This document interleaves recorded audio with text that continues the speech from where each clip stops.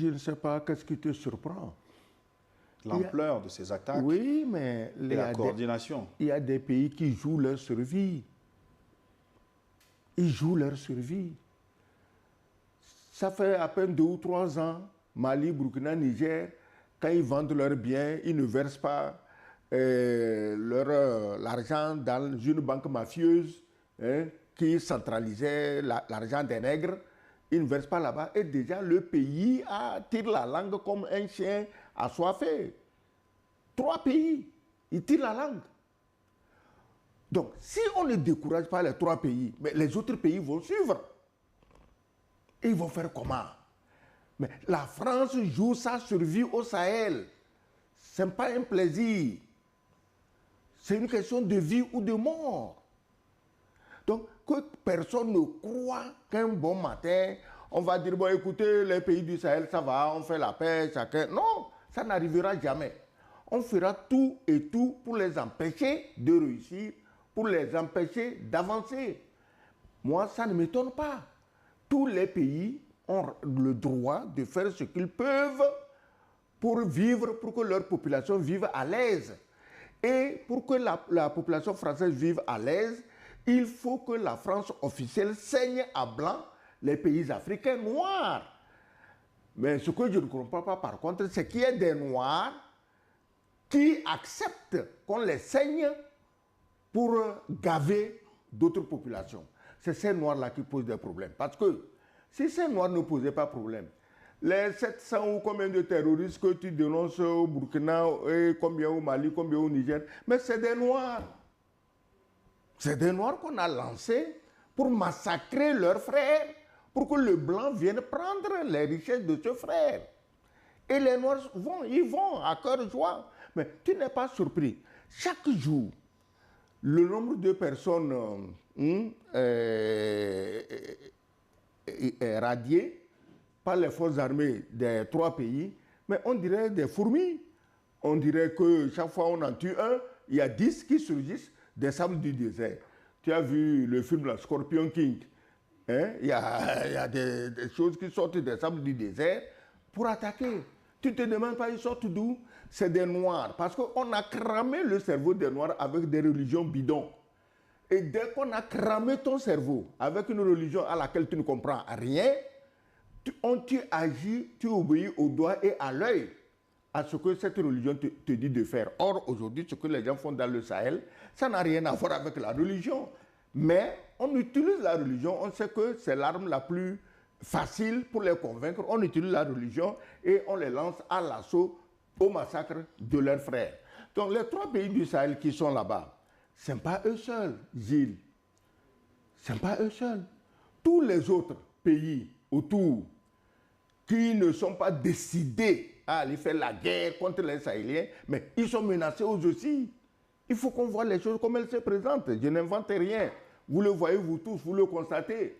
Alors, il y a des pays, au-delà des individus, qu'on prend des Noirs pour aller tuer d'autres Noirs, il y a des États légalement constitués qui s'organisent, des États noirs, frontaliers des pays martyrs du Sahel, qui s'organisent pour faire des guerres coloniales à la place du blanc, faire des guerres coloniales contre les pays du Sahel. Quels crimes ils ont commis? Tu cherches même au microscope électronique, tu ne vois aucun crime.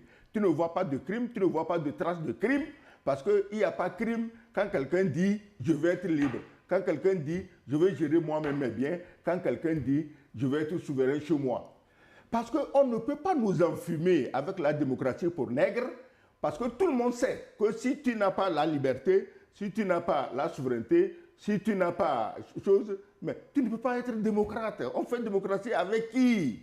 Mais les nègres ont embauché ces trompettes et tous les petits nègres qui ont étudié 2 ou 3 ans dans ces pays-là se font passer pour des démocrates. Tu es démocrate en quoi? Quand ton peuple est asservi, quand ta population meurt de faim. En quoi tu es démocrate? La démocratie n'est pas pour affamer les populations. La démocratie, c'est de procurer d'abord le minimum à chaque habitant de ton pays. Donc ce n'est pas la démocratie le problème, peut-être la mauvaise application. Je voudrais qu'on continue de creuser, de questionner davantage. Oui, la démocratie est un problème. La preuve, c'est que même ceux qui professent démocratie chez eux-là, elles ne marchent pas. Mais au Burkina, par exemple, même un drone, un kamikaze, a été repéré et détruit. Il se dit que les armes envoyées par l'OTAN en Ukraine reviennent alimenter les conflits terroristes au Sahel. C'est extrêmement dangereux, on l'avait toujours dit, mais maintenant on voit les conséquences de visu. Et tu fais bien de parler de l'Ukraine. Comme l'a dit la dame, la Maria Galacteros, elle parlait de Zelensky qui a été recruté pour faire la guerre. Zelensky a été recruté par les puissants de l'OTAN pour faire la guerre. Donc c'est une recrue. Il ne peut pas dire « Ah, je vais arrêter la guerre » parce que ceux qui l'ont recruté ne lui ont pas encore dit que la guerre est finie. Or, parmi les recruteurs de Zelensky, se trouve un plus acharné que les autres. C'est lui qui dit non, la guerre ne doit pas finir. En fait, les gens croient que c'est la guerre en Ukraine qui les intéresse. Non, ils utilisent la guerre en Ukraine pour reconquérir l'Afrique. Alors, qu'est-ce qui se passe? Il faut de temps à autre aller chercher dans l'histoire. La Deuxième Guerre mondiale, quand les nazis sont arrivés à l'Est, en Ukraine, dans d'autres pays, ils sont combattus. Mais en Ukraine, ils ont un héros. Jusqu'ici, il est adulé, il est adoré comme Dieu par Zelensky et les siens, un certain Stepan Bandera, qui était plus nazi que les Himmler, comment on appelle ça, les Göring, lui, il était plus nazi que tout ça. Là. Il a fait exécuter des milliers de juifs. On nous dit que Zelensky est juif, alors on se pose toujours des questions. Il a fait exécuter des milliers de juifs et en bon nazi, on tue les juifs, on tue les handicapés, on tue les homosexuels, on tue en bon nazi. Aujourd'hui, les nazis ont repris le contrôle de l'Ukraine.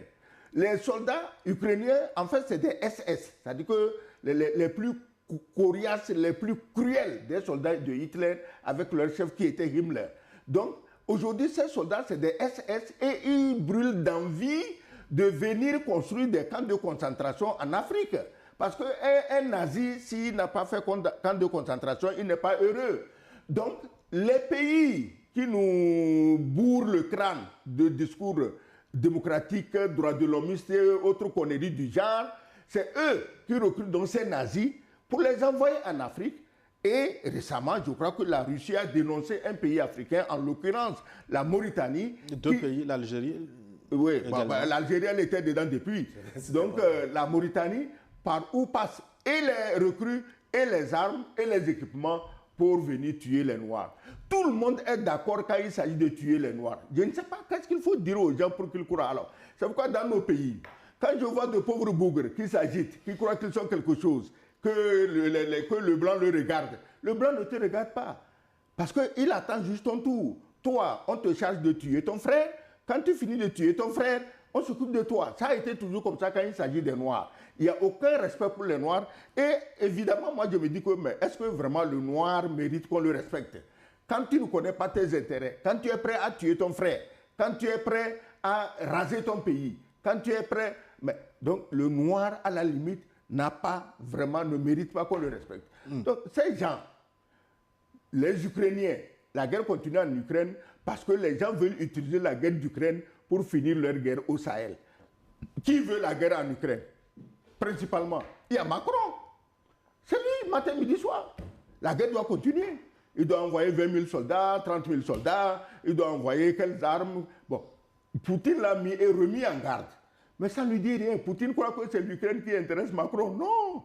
L'Ukraine, il s'en fout, Macron s'en fout de l'Ukraine. Parce qu'en Ukraine, même s'ils avaient gagné la guerre, les richesses de l'Ukraine seraient partagées entre les pays de l'OTAN. Alors qu'au Sahel, s'ils gagnent, les richesses du Sahel sont pour la France seule. Donc, c'est ces gens-là qui veulent que les nazis ukrainiens viennent s'occuper des Noirs. Parce qu'ils estiment que les autres soldats blancs, ils sont trop gentils, trop aimables. Que ceux qui étaient venus avec les Barkhane, les machins, ils étaient trop gentils, puisqu'ils passaient leur temps dans les bordels à Bamako. C'est ce qu'a dit l'ambassadeur du Mali en France, et il a été chassé le lendemain matin, persona non grata, parce que les soldats... Mais les nazis ne passeraient pas leur temps dans les bordels à Bamako, ils seraient là en train de tuer les Noirs. Et c'est ce qu'on veut. Luc Kabaki,